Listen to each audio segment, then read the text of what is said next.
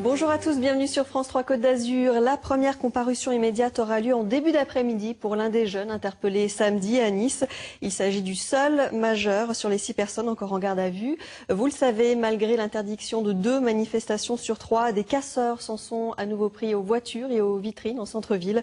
L'événement a provoqué de très vives réactions de la part des politiques. Hélène France, Jean-Marc Sarah.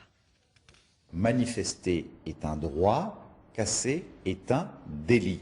À une encablure de la mer et des galets, quelques vitrines du centre niçois présentent encore les stigmates du passage des casseurs la veille.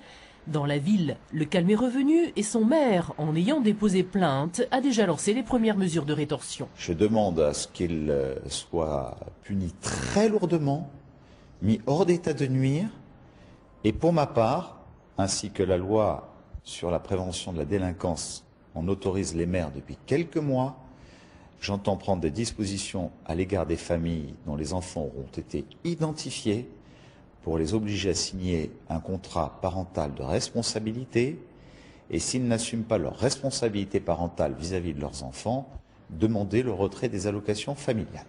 Si l'ensemble des formations politiques s'entendent à reconnaître le travail effectué par les forces de l'ordre, les divergences sont de taille dès que l'on aborde les causes profondes des dégradations et leur répression.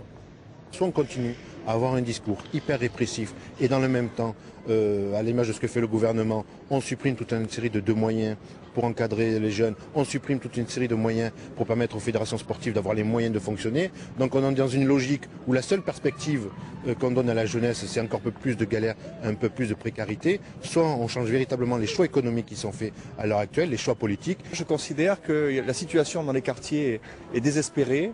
Désespéré en termes de logement, désespéré en termes d'emploi. Beaucoup de promesses faites n'ont pas été tenues.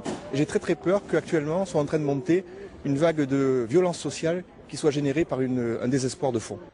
À gauche, on promet de rester vigilant au droit de manifester dans le cœur de ville. À droite, on menace de faire